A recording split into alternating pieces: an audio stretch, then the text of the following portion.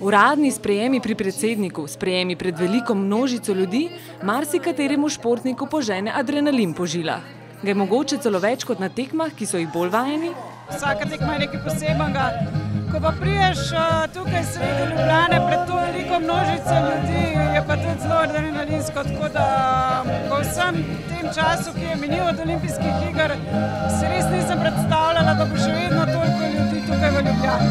V bistvu vsak dogodek posebej je zelo adrenalinski. Sem zelo vesel, da sem prisostvoval vsem tem dogodkom. Od tekem do sprejema pri predsedniku in predsednici vlade in seveda pred tole krasno publiko.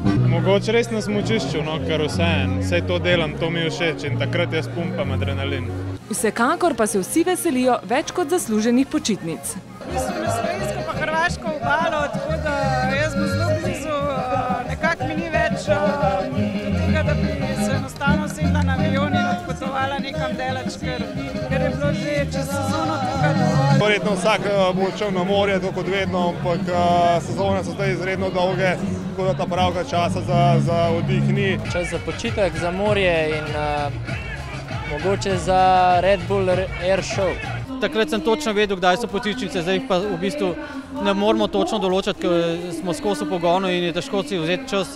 Tako da mislim, da je najboljš biti športnik, saj tisti mesec, ki ga imaš, si ga vzameš. Takoj iz Seula potujem v Los Angeles, kjer bomo spet nekaj časa skupaj z družino.